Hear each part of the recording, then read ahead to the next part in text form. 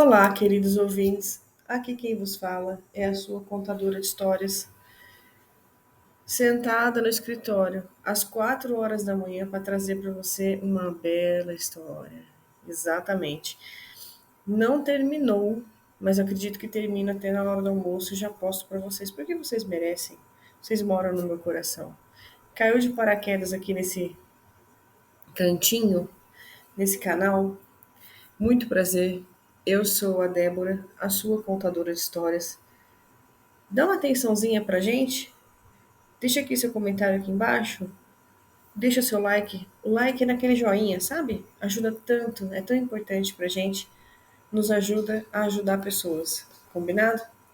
Hoje nós vamos contar a história de Soraya.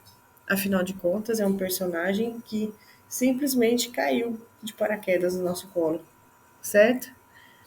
Uma historinha que começou como Suzy, aí de repente ela passou a chamar a cartomante lobisomem.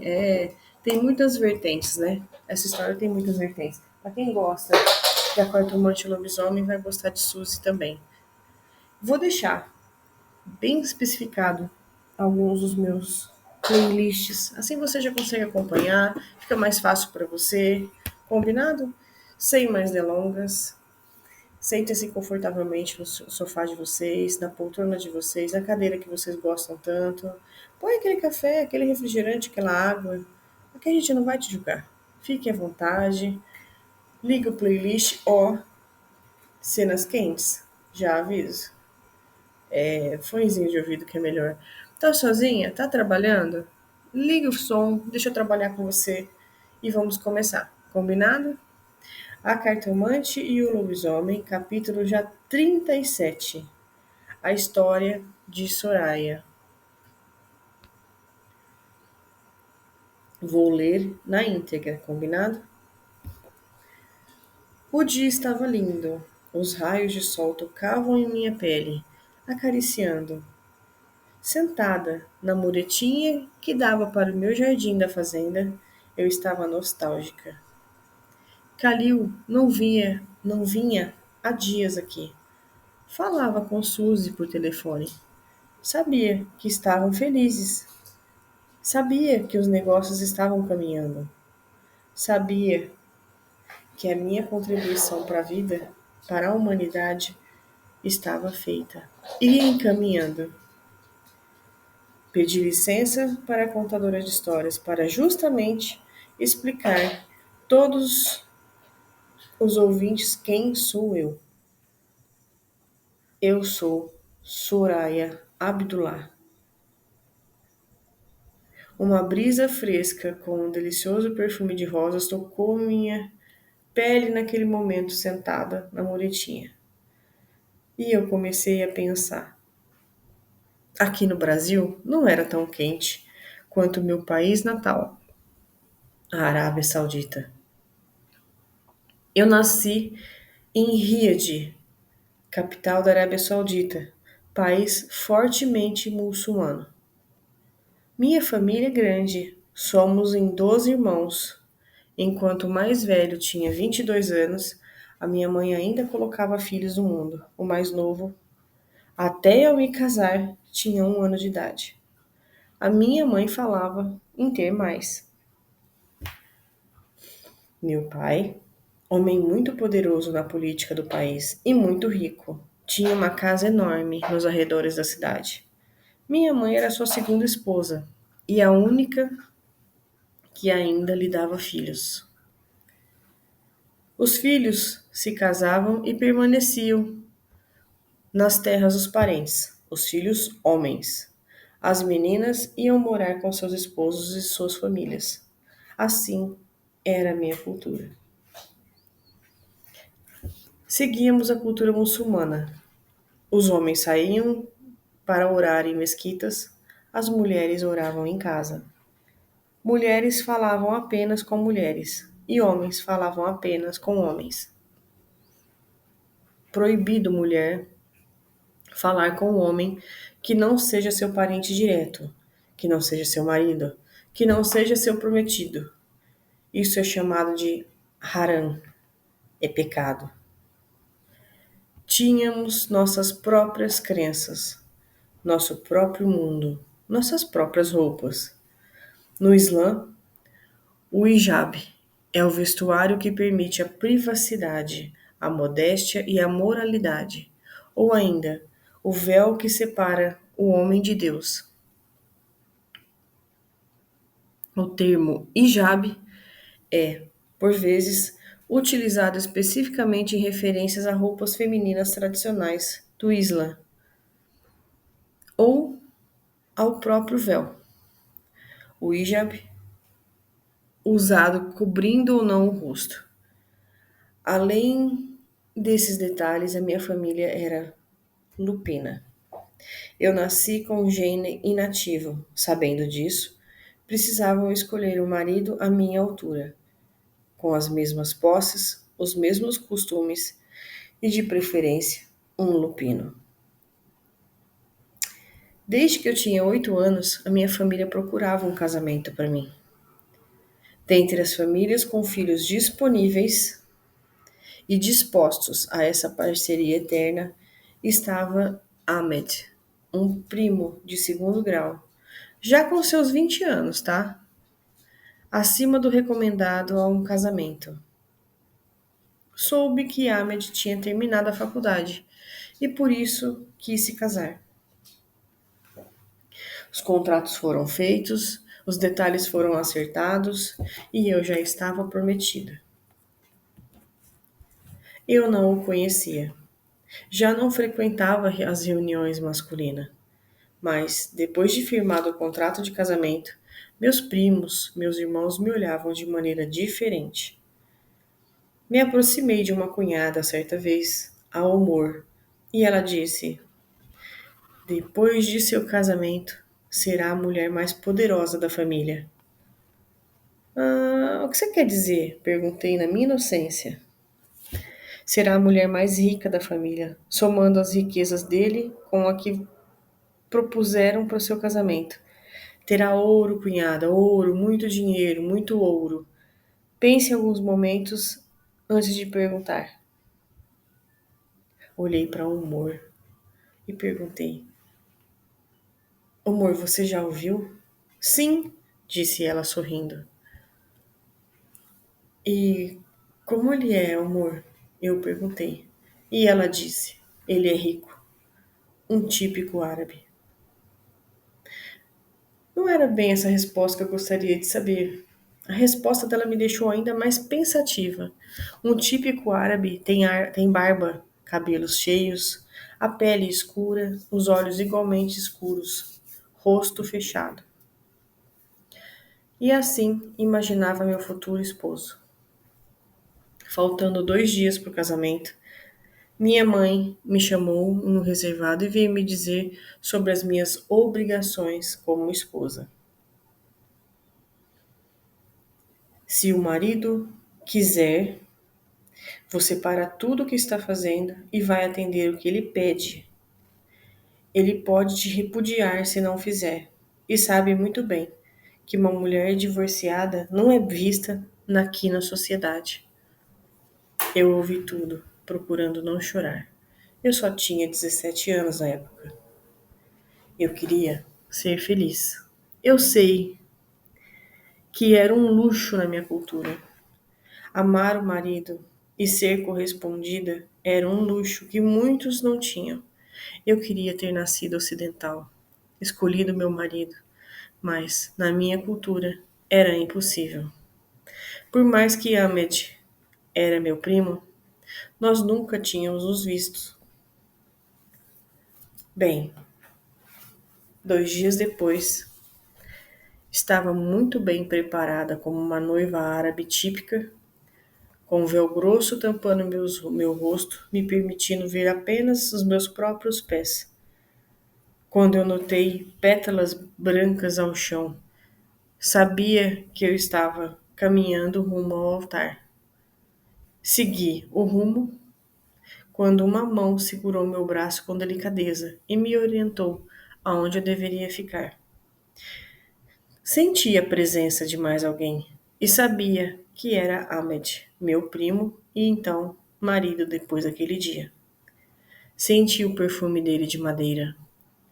Pela prática da cultura, deveríamos nos casar, e depois ele ergueria meu véu, virando meu rosto para todos na plateia. Mas isso não aconteceu. Quando eu estava esperando as frases famosas do Alcorão, frases de casamento, da qual prendi meu espírito para sempre com ele, com Ahmed, eu senti mãos firmes pegando a bainha do meu véu e erguendo. Eu me assustei. Fiquei pálida pelo susto. O véu liberou meu rosto para todos ali verem, mas liberou dos meus olhos ver o rosto do meu marido. Ele era exatamente como eu imaginei. Rosto quadrado, pele bronzeada, mais alto do que eu, ombros mais fortes, feições masculinas. Ainda não tinha barba, nem bigode, dando-lhe ainda um rosto juvenil. Ahmed sorriu ao ver meu rosto em aprovação. E do pálida eu fiquei vermelha.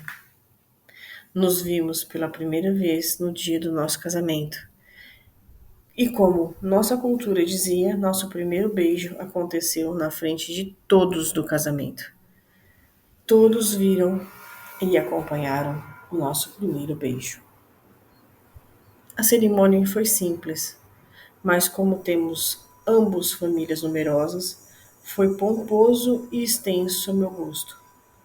Eu estava morrendo de medo, temendo inclusive pela minha vida. Sim, você ouviu direito, pela minha vida. A família de Ahmed é conhecida por sumir com os seus inimigos.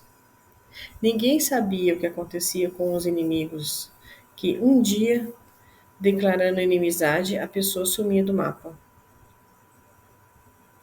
Esse assunto era mantido no sigilo, mas como eu estava me tornando a sua esposa, me falaram. Quando o casamento terminou, me despedi dos meus pais e entrei na picape do meu marido. Descobri que a caçamba e mais 3 picapes para trás estavam cheias de presentes de casamento, fora os presentes que recebemos em dinheiro, os móveis, enfim. Seguimos por uma trilha e começaram a aparecer caminhos de quais eu não conhecia. Ao me aproximar de uma fazenda toda branca, com luzes para todos os lados, uma mansão enorme se abriu de trás das árvores. Eu olhava tudo encantada. Eu morava em uma casa grande, não maior que aquela. Além das casas adjacentes ao redor, cada uma era de um irmão dele que se casou. Depois de dezenas de casas, afinal de contas a família é grande, apareceu uma, com as luzes todas acesas. Eu sabia então que era a nossa casa. Porta de madeira grossa se abriu, mostrando uma lindíssima sala ricamente mobiliada. O cheiro de madeira impregnado em cada pedacinho da casa. O cheiro de Ahmed. Entramos na casa e, como de costume, eu segui para o quarto. Ahmed dispensou as mulheres que me desmontavam de noiva, deslumbrante, a simplesmente Soraya. Ahmed saiu do quarto, atendeu alguns membros da família, marcando compromisso para 1 hora. E eu fiquei esperando meu marido dentro do quarto, sentada em frente ao espelho. 1 hora depois, a porta se abriu e o rosto de Ahmed apareceu. Posso entrar? Disse ele. Confirmei com a cabeça e ele entrou, ficando atrás de mim. E com muita facilidade ele retirou o véu que sobrou, soltou os meus cabelos, retirou a roupa de noiva e eu fiquei incomodada, já que eu estava de roupa íntima na frente de um homem que eu vi pela primeira vez na vida. Sim, ouvintes, a gente sabe que isso vai acontecer conosco, nós somos preparadas desde o nascimento. Mas quando acontece, a gente se assusta. Ahmed estava olhando cada parte do meu corpo, mesmo que eu ainda tivesse com uma camisola fina e ricamente bordada. Eu posso te abraçar? Perguntou ele. Eu confirmei com a cabeça, de maneira tímida, e ele me abraçou, com força. Ouvi ele aspirando meu perfume e gemeu, soltando o ar. Você tem cheiro de lavanda, disse ele. E ele acertou. Eu estava mesmo usando essência de lavanda, produzindo na minha própria fazenda. Bem, na minha fazenda antiga, quero dizer. Eu sorri por ele acertar. Ele tremia nos braços. Ele igualmente tremia. Ele me olhou nos olhos e disse: Eu preciso fazer hoje. Você sabe que estão lá fora, me esperando comprovar se o casamento foi consumido. E eu confirmei com a cabeça. E tremi ainda mais. Ahmed segurou com carinho meu queixo, me beijou delicadamente nos lábios. Eu retribuí. Quando a língua dele invadiu minha boca, eu fiquei sem reação. Lembrei da minha mãe dizendo que eu tinha que atender o que ele pedia. Ou então ele poderia me expulsar, me repudiando. Estava nua embaixo da camisola. Foi então que a camisola foi ao chão em segundos. Ao ver meu corpo ao natural, meu marido mudou de comportamento. Ele mudou de postura. Ficou mais agitado, mais ansioso. Eu estava ao ponto de chorar quando ele abocanhou o meu mamilo e começou a acariciar o outro com a mão. Eu estava assustada. Ao mesmo tempo, eu fui gostando. Ahmed tocava em cima e embaixo ficava pulsante, sabe? Ahmed, eu disse, entrando em êxtase. Ele me pegou no colo, levando para a cama, literalmente preparada. Assim que me deitou, ele abriu a calça e retirou algo que eu não sabia o que era.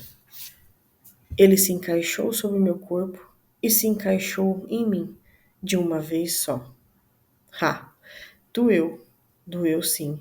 Doeu muito, chegando ao ponto de sangrar. Não durou muito. Ele gemeu e parou. Me beijou, pediu desculpas e saiu de cima do meu corpo. Eu vi que a calça branca de casamento dele estava suja de sangue. O meu sangue. Ele saiu do quarto e eu me encolhi na cama. Eu tinha que ficar calada.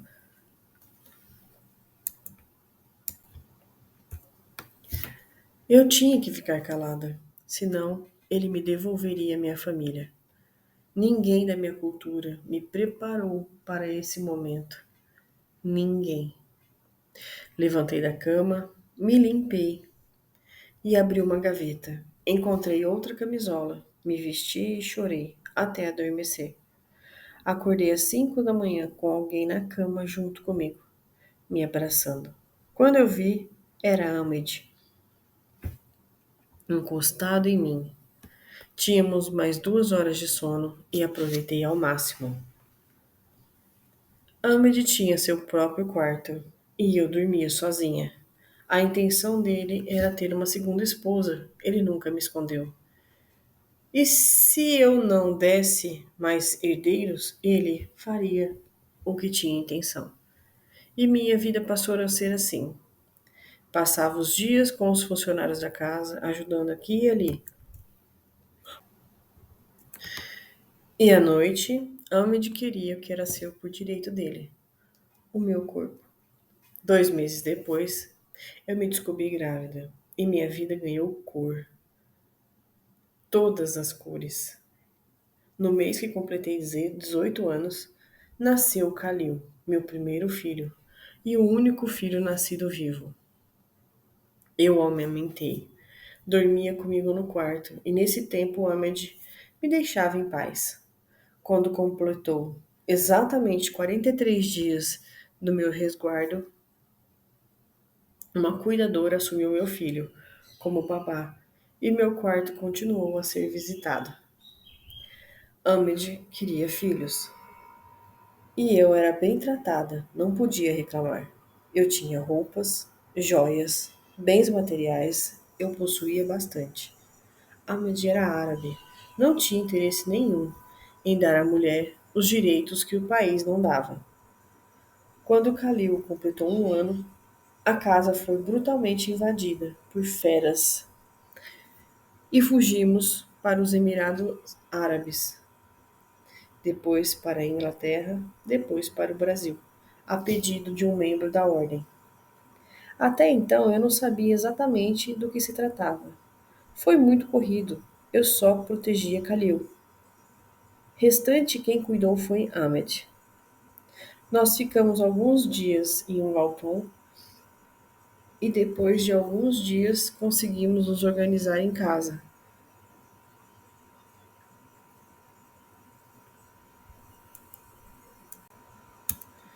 O membro da ordem disse que a nossa casa tinha que ser bem discreta. Soube por um dos líderes da ordem que seria melhor mantermos um padrão discreto. Escolhemos uma casa e lá fixamos como nossa família, como nossa vida, como nossa casa, como nosso lar. Bem, era um país novo, uma língua nova, uma cultura nova.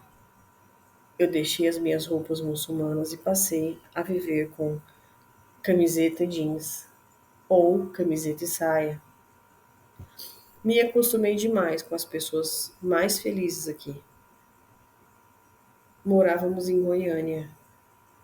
Depois de um ano, precisamos mudar para o interior do estado, já que a personalidade do meu esposo era marcante demais para sermos despercebidos, para passarmos despercebidos.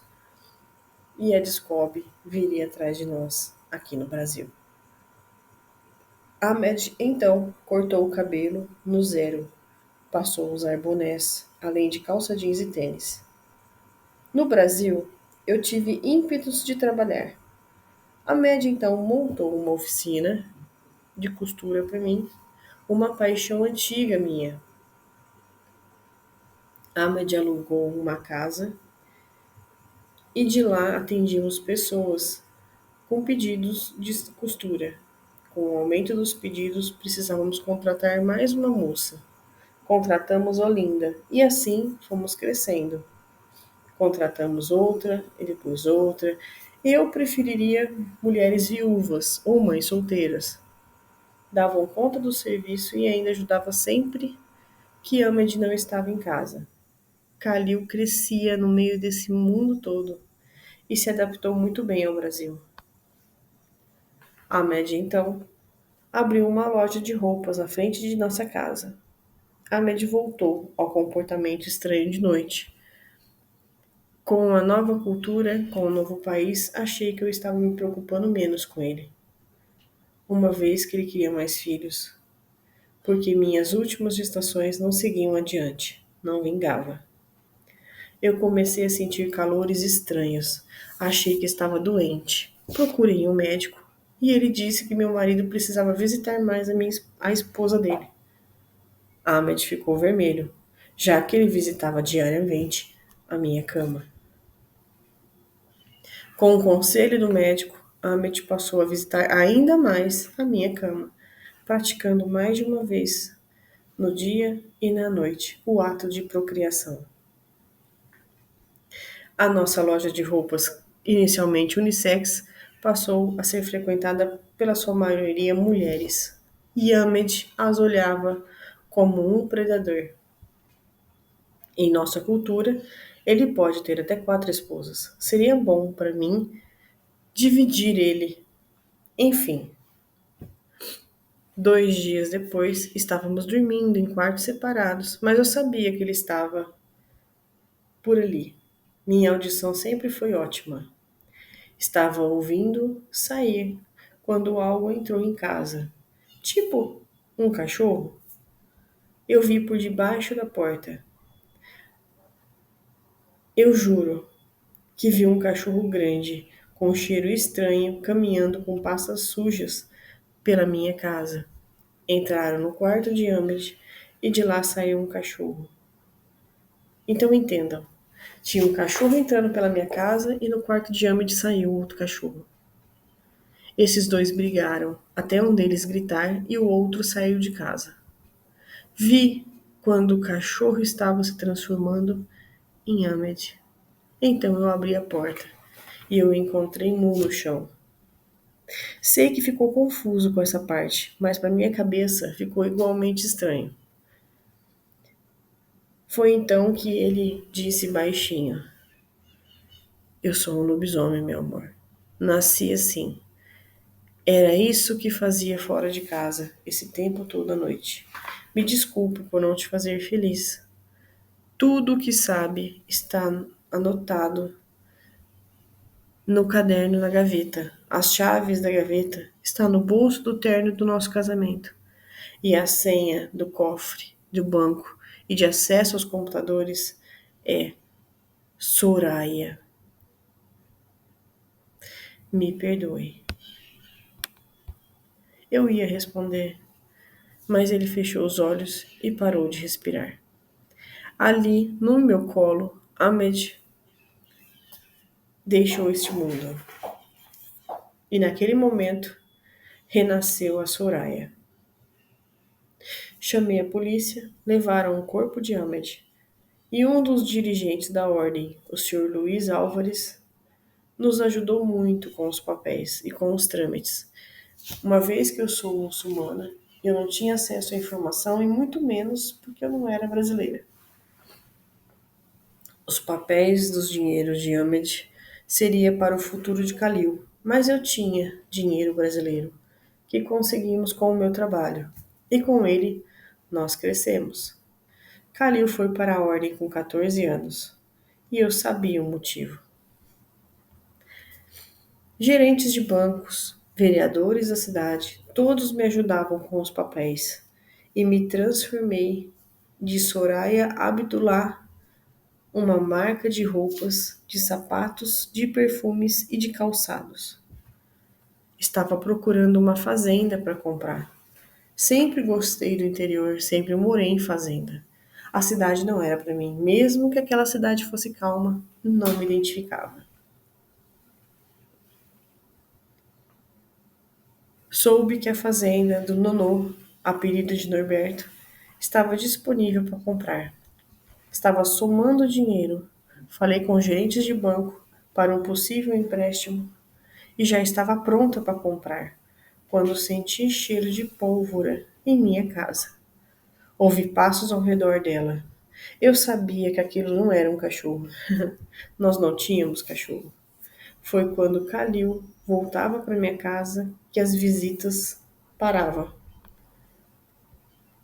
Enfim, a loja começou a ser frequentada por homens, mesmo eu diminuindo o máximo as peças masculinas. Um dia entrou um rapaz loiro de olhos azuis, musculoso, de ombros largos. Ele sorriu e esperou eu terminar de atender uma cliente. Quando me viu sozinha, ele disse: Soraya, eu sou o Manuel. Cuido da fazenda Nova Esperança, a vizinha da fazenda Alvorada de Nonô. Sei. Em que eu posso te ajudar, cavalheiro? Eu tenho interesse na fazenda também. Que bom! Sorte sua. Ela é incrível. Sim, mas eu posso te ajudar a comprar, já que Norberto é um mala. Eu encarei e disse: Deixa eu entender. Você quer que eu compre a fazenda? Sim, disse ele sorrindo. Você perdeu seu tempo de vir aqui falando para eu comprar a fazenda que você está interessado? Sim, disse ele sorrindo. Mas, homem de Deus, por quê? Quero você como minha vizinha.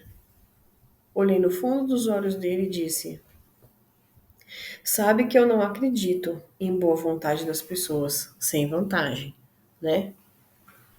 Ele respondeu: E você está certa. Eu não quero me casar com você. Eu quero me casar com você.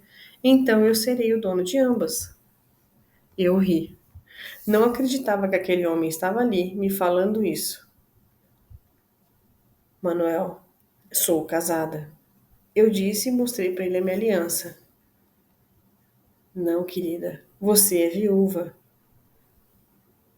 Aliás, seu esposo morreu exatamente de um ataque de lobisomem. E ele riu maliciosamente. Manuel, ainda sou casada. Soraya, no Brasil você pode se casar de novo. Permita-se. Não, Manuel, eu não quero. Imagina começar tudo de novo. E eu tenho um filho. Manuel me olhou nos olhos de maneira sedutora e disse: Eu adoraria fazer parte de sua família. Tapei meus olhos. Eu não acreditava no que eu estava ouvindo e vendo. Então eu disse: Moço, acho melhor você sair daqui antes que eu grite, apavorada. Ele sorriu, se aproximou, pegou a minha mão delicadamente e a beijou. Meu corpo todo sentiu aquele toque. Se estivesse sendo beijado, ele todo. Senti um arrepio nas costas e sorri, sem graça. Ele notou, sorriu e saiu da loja. Esperei um tempo, fechei a loja por dentro e corri para casa. Tomei meu banho. Meu corpo estava queimando. Eu não consigo explicar. Meu banho demorou mais de 30 minutos e nada da sensação de queimação passar. Aquela noite, quase não dormi. As visitas de Manuel não pararam e eu me sentia cada dia mais tensa com as visitas dele. Foi quando ele me convidou para sair. Mas vejam, eu morava numa cidade pequena, não podíamos sair dali. Eu nunca apareci com homem nenhum nesses quase 20 anos de relacionamento com Ahmed, sendo que 15 deles era de viuvez. Nunca me viram com outro homem que não fosse Ahmed. Aliás, como eu contei, meu casamento não foi fácil. Vocês sabem, eu contei para vocês. E não queria passar por mais isso, por tudo aquilo de novo. Mesmo sabendo que Manuel me causava desconforto em partes do meu corpo das quais eu não entendia. Vendo que eu estava pensativa, Manuel se adiantou em dizer: Vamos na capital, passamos a noite lá. Ele disse e eu arregalei os olhos. E ele continuou: Reservo 2 quartos separados. Nós passamos a noite lá. Jantamos, passamos a noite, conversamos e voltamos no dia seguinte. Eu ainda não reagi. Foi quando ele deixou seu cartão sobre a mesa da minha loja e saiu dizendo: Pego você no sábado às 18 em ponto, porque eu sei que sábado você fecha a loja às 18. E assim foi feito. Ele passou às 18 horas em ponto. Eu estava fechando as portas da loja quando eu vi sua picape estacionando. Dei a volta e saí com minha bolsa. Manuel estava me esperando com a porta da picape aberta. Segurou minha mão e me ajudou a entrar. Assim que ganhamos a estrada, Manuel falou: Falei com Norberto. Está em ponto de comprar a fazenda. Não tenho dinheiro, Manuel. Eu te empresto. Pois se você tem o dinheiro, tem a informação, tem tudo na mão, compra você. E eu percebi então que eu fui um pouco grossa. Tentei arrumar a frase e eu disse: Você gosta da fazenda? Compra ela. Eu quero que você compre. Quero que pague ela com os lucros dela. Eu vou pensar. Já dei seu lance. Como assim? Eu dei um lance em seu nome. Manuel, como você pode? Por que você faz isso? Porque eu vou me casar com você, assim que a ordem permitir, disse ele. Você está preocupado com a ordem? E eu? Manuel me olhou de maneira sedutora e disse: Eu te conquisto. Nem que demore anos. Eu sei disso. Eu tive um imprint disso. Ele deu uma piscadela. Eu sorri. Adorei ouvir isso. Nós, lupinos, sabemos o que significa um imprint. Manuel colocou a mão sobre a minha e ficamos de mãos dadas. E eu estava amando tudo aquilo, pelo tratamento dele comigo, pelos lindos olhos claros dele. Nós, árabes, amamos olhos claros, eu não sei se vocês sabem. Algum tempo depois, chegamos ao restaurante. Era uma pizzaria. Eu não tinha o hábito de comer pizza, nem com esses anos todos vivendo no Brasil. Entramos igual a um casal. Sentamos em uma mesa ao canto e pedimos. Ele pediu, eu não sabia pedir comida brasileira. Assim que ele chegou, nos servimos. A conversa fluiu. Soube que Manuel também sofreu na infância. E vou deixar ele vos contar. Nunca se casou antes, segundo ele. Ouvi atentamente, vez ou outra, enquanto contava, ele segurava minha mão. Foi maravilhoso estar com ele. Quando terminamos, seguimos para o hotel que havia reservado. Um hotel muito bom, diga-se de passagem. Ele pegou 2 quartos, como prometido, um do lado do outro. Nos despedimos e entramos nos respectivos quartos. Assim que entrei, encostei na parede porque meu corpo queimava.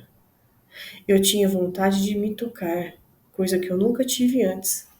Tirei a minha roupa e entrei para o chuveiro. E fiz o roteiro que eu sempre fazia em casa: 30 minutos de banho. Mas não adiantou. Me enrolei na toalha e segui para a cama, até eu me acalmar. Vi que o ar-condicionado batia diretamente na porta de entrada. E então eu fiquei na porta. Do lado de dentro, claro. Sentei encostada na porta. Quando eu ouvi um som do outro lado da porta. Não adianta, eu sinto a mesma coisa. E era a voz de Manuel.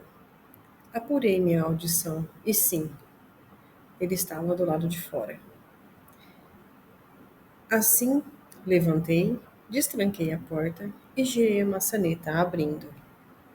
Manuel estava ainda vestido, com a respiração acelerada e a boca aberta. Olhei nos olhos dele e disse: Quer entrar? Me convida? Ele respondeu. Entra, eu disse. E em um passo, Manuel segurou a minha cintura, erguendo meu corpo do chão e beijando a minha boca com tanta velocidade que eu mal respirava. Manuel liberou uma das mãos e fechou a porta atrás de si, trancando-a por dentro. Eu senti um misto de alegria e medo. Ele me colocou em pé e beijou o corpo inteiro. Começou pelo meu pescoço, descendo pelo mamilo, parte por parte. Ele foi degustando, como se realmente sentisse algum sabor. Barriga e um pouco mais para baixo, onde eu senti uma sensibilidade incrível. Segurei seus cabelos, trazendo ele para mais próximo e aproveitando aquela sensação, me libertando. Eu sabia que era pecado, era haram, mas pelo menos uma vez eu podia me permitir, uma vez, uma única vez. Manuel se levantou, se encaixou entre minhas pernas libertando a parte da frente da calça, abrindo e liberando o que nem cabia mais na roupa, em um único movimento, rápido e preciso. Ele estocou e eu gritei. E ele sorriu. Eu disse: Meu Deus! Ele respondeu: Eu adoro isso. Se solte, como se fosse possível. Estando completa, não conseguia me soltar. De um jeitinho aqui, um gritinho ali, fui vendo a reação dele e fui conseguindo me soltar. A cada nova sensação, e urrava alto. Mordi de leve a orelha de Manuel, que gemeu junto comigo. Havia uma sintonia, havia uma conexão. Dois corpos diferentes em total conexão. Algum tempo depois, estávamos comendo tudo o que tinha no frigobar. Naquela noite, foram 3 conexões. E mais uma na manhã seguinte. Aquele final de semana mudou a minha vida. Eu passei a me arrumar, passei a me cuidar. Ainda não assumi a Manuel, mas comprei a fazenda com a ajuda dele. E com a ajuda de Suzy, cuidando das lojas, eu me mudei para a fazenda. A fábrica de roupas virou uma potência na cidade. Tínhamos vendedores e representantes. Vendíamos para todo o Brasil. E falo mais, estávamos sempre lotados de pedidos e encomendas. Lá, eu dava empregos a mães solteiras, a mulheres viúvas, aquelas que não tinham mais família, ou aquelas que precisavam de ajuda. Sempre mulheres, só mulheres. Eu as ajudava no que eu podia. A fábrica eu deixei por conta de Heloísa, que se dava muito bem com todas as mães, com todas as mulheres, com todas as funcionárias. A produção aumentou. Depois de muito tempo, ela começou a ajudar na fábrica. A mãe das meninas tentou ainda andar na fábrica, tentou mandar nas minhas coisas. Eu cortei o mal pela raiz. Manuel disse: Quer que eu dê um jeito nela? Eu encarei. Afinal de contas, ele tinha algo com ela. Ele teve algo com ela. E eu respondi: Não precisa. Ela cai sozinha. Quando Calil estava na capital, eu estava na fazenda, com um exército de lobisomens me protegendo. Eu sabia que Manuel era um lobisomem, apesar de nunca ter visto ele transformado. Eu o amava. Não conseguia me controlar próximo a ele. E Calil nem imaginava sobre nós dois, eu achava. Foi quando Helena entrou pro jornal e começou a atacar Manuel. O que ela não sabia era que ele trabalhava para a ordem. E se ele fazia algo que parecia ser errado para nós, para os homens, ele estava fazendo a pedido de um superior, com um motivo plausível. Um dia, Manuel desabafou sobre ela. Aquela menina está me dando um trabalho, uma dor de cabeça lascada. Ela fala meu nome o tempo todo no jornal. O chefe está ficando cabreiro comigo, Soraya. Fala com ela, pô. Eu tento, Manuel. Eu tento falar com ela, mas ela é muito teimosa. Eu respondi. Sim, ela é um canis, como eu. Eu levei um choque. Olhei para ele, séria, e disse: Você está me dizendo que Helena, aquela pequena menina, é um lobisomem? Sim, ele respondeu. Eu não sabia. Como pode? Estou aqui para dizer o que foi orientado. Eu vou dar um susto nela. Ninguém vai se machucar, ele disse. Promete isso? Perguntei. Prometer o quê? Promete pra mim, Manuel, que ninguém vai se machucar? Ele se aproximou de mim, me beijou delicadamente nos lábios e disse: Eu farei o possível. E me beijou de novo. Mas o que eu vou ganhar com isso? 7 dias depois, eu soube que ele havia sequestrado Helena. E os meninos, Calil e Feres, haviam a libertado. No dia seguinte da libertação, Calil e Feres vieram até a minha fazenda. Eu os recebi com a alegria de sempre e um belo, delicioso café da tarde. Estávamos todos sentados à mesa. Calil me contava tudo o que havia acontecido com riqueza de detalhes. Eu sabia sobre a intenção da chefia de Manuel, que ele deveria dar um susto em Helena, para ela parar de escrever sobre ele. Sabia que ele não aparecia. O que eu não sabia era que, mãe, Helena ouviu os rapazes mencionar o nome de Manuel Cruz, disse Calil, e eu empalideci. Nossa, filho, respondi. Calil sorriu. O telefone de Feres tocou e ele saiu da mesa, na pior hora possível, me deixando sozinha com o Calil. Calil, vendo que estávamos sozinhos, ele se aproximou e disse: Mãe, ela não ouviu, mas ouviu os homens falando o nome do meu padrasto, disse Calil, e a xícara que estava a caminho da minha boca voltou rápido para o pirex. Encarei meu filho com seriedade. E eu disse: O que foi que você disse? A voz saiu um pouco embargada, cheia de emoção, e Calil sorriu, levando um copo de suco à boca. Ah, mãe, eu sei sobre vocês dois. Ele disse sorrindo, e eu resolvi não negar. Sempre ensinei que a verdade nos liberta, então eu não poderia agir de maneira diferente. Como sabe?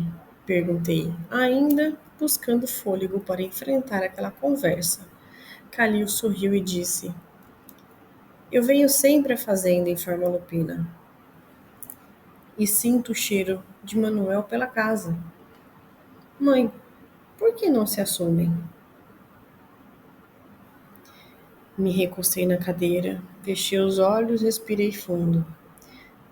E eu disse: Eu imaginei essa conversa muitas vezes, filho.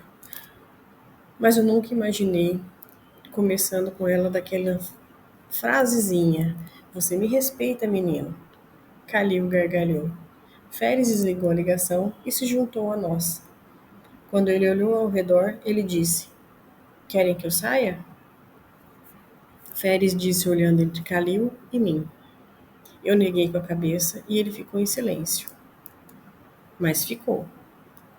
Calil disse: Assume ele, mãe. Será ótimo para ambos deixarem de se esconder. É mais seguro. Vocês não estão fazendo nada de errado. Pela frase de Calil, nada de diferente mostrava, além do que uma frase pronta.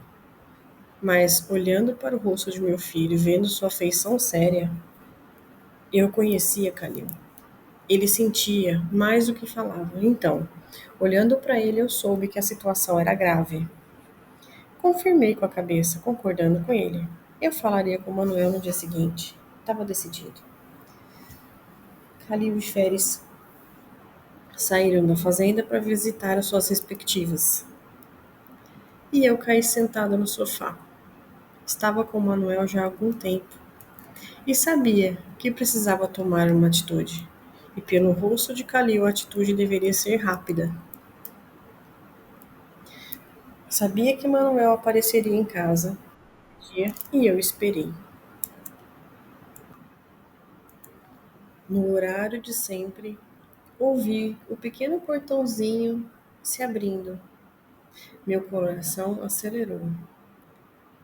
Olhei a porta esperando ela se abrir, mas ela não se abriu. Até ouvi passos. muitos passos inclusive, e a porta permanecia fechada. Resolvi ver o que estava acontecendo. Ao abrir a porta da sala, estava um breu. Foi com a luminosidade da sala que eu consegui ver um lobisomem branco de olhos azuis brilhantes em cima de Manuel, rosnando para ele. Naquele momento, meu coração doeu e eu gritei. A fera branca me olhando, rosnando. Manuel estava parado. Sabíamos que corria risco. Era uma situação delicada. Tentei me aproximar, mas quanto mais eu chegava, mais a criatura rosnava. O momento era tenso. Manuel estava em forma de homem. Não se transformava. Deveria ter algum motivo. Então, ouvi Feres gritando a uma certa distância. Helena, deixe ele ir. Ele não é uma ameaça. Então eu me lembrei que Helena era um lobisomem, mas Albina, a fera, rosnava em resposta. Quando ouvi a fera dizer com voz monstruosa: Ele é do mal. Ele é da ordem, Helena, eu disse. Ela rosnou para mim em resposta. Mentira. Não é mentira, disse Manuel embaixo dela. Helena gritou: Cale-se! Feres estava mais próximo e Helena o observava. Meu amor, disse Feres, deixe ele ir. Ele trabalha para nós. Ele me sequestrou. Helena, explique quando estiver mais calma, disse Feres. E Helena rosnou para Manuel. Este estava estático, por algum motivo estranho, por algum motivo que até então ninguém sabia. Helena, senta, sente o cheiro dele. Vai entender do que estamos falando, disse Feres. E Manuel começou a chorar, e eu fiquei sem entender o desenrolar das coisas. Helena cheirava o corpo de Manuel e começou a chorar também. Não é possível, disse Helena. É possível, disse Feres.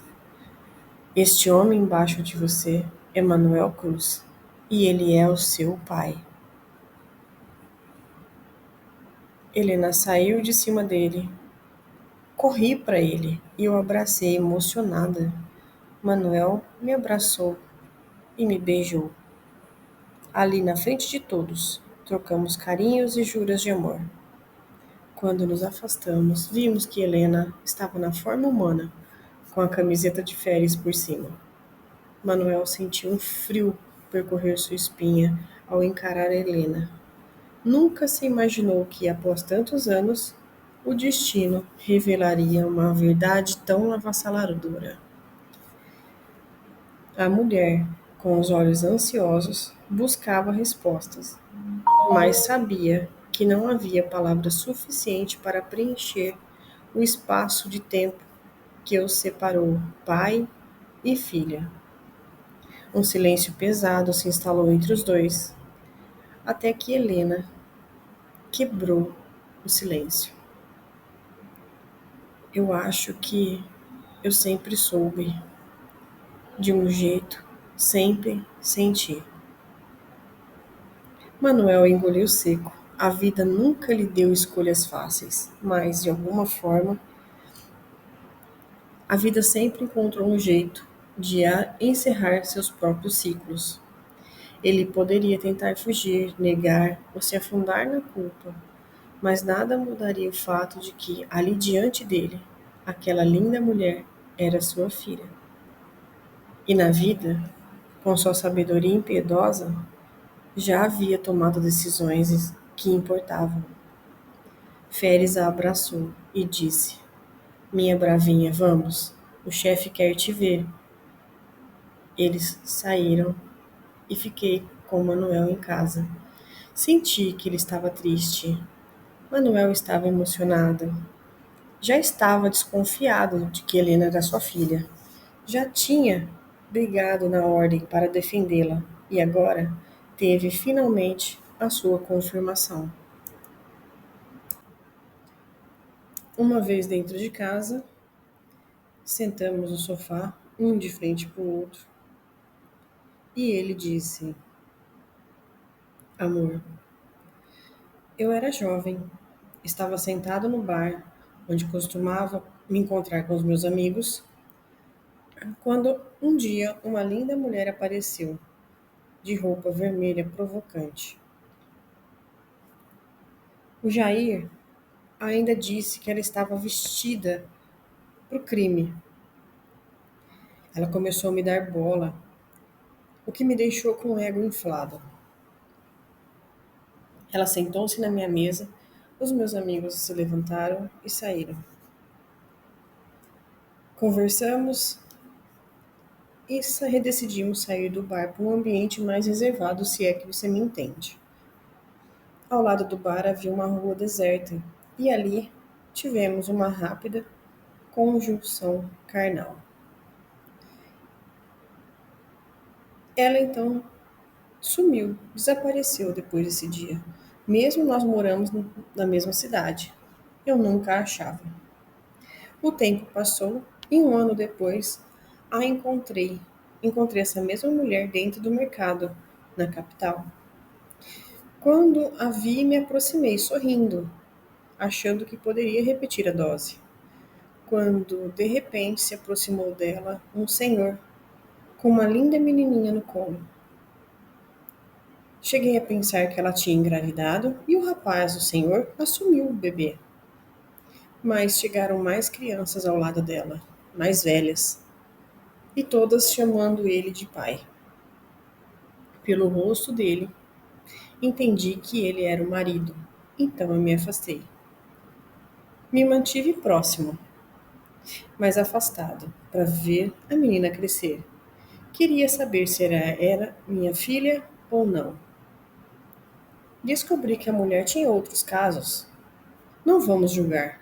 Cada um tem a vida que quer, certa ou errada. Todo mundo tem seu livre-arbítrio, concordam?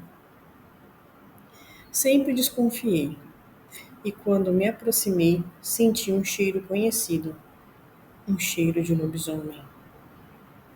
Eu queria acreditar, mas nunca consegui. Sou racional demais para ver semelhanças em Helena e eu. Hoje, quando ela estava me atacando, prestes a acabar com a minha existência, eu senti o meu cheiro nela e paralisei. Eu sou o pai, amor. Veja isso. Eu sou o pai. Precisou de eu quase ir a óbito para descobrir isso. Ouvindo Manuel dizer, eu sorri e o abracei com muito amor. Fiquei feliz que a pequena Helena era sangue de Manuel. A vida nos ensina de maneiras diferentes, em tempos que nem sempre compreendemos. Às vezes, as respostas chegam rápido, outras demoram uma vida inteira. Mas o mais importante é aceitar, seguir em frente e viver um dia de cada vez. Com o tempo, as peças vão se encaixando, as dúvidas vão se tornando claras e percebemos que tudo acontece no momento certo. Basta confiar no fluxo da vida e permitir que a vida nos guie. Paciência é a chave do problema. Provérbio árabe. Inshallah. Pessoal, muito obrigado você que chegou até aqui. Essa foi a história de Soraya. Caiu de paraquedas aqui, eu agradeço a sua presença.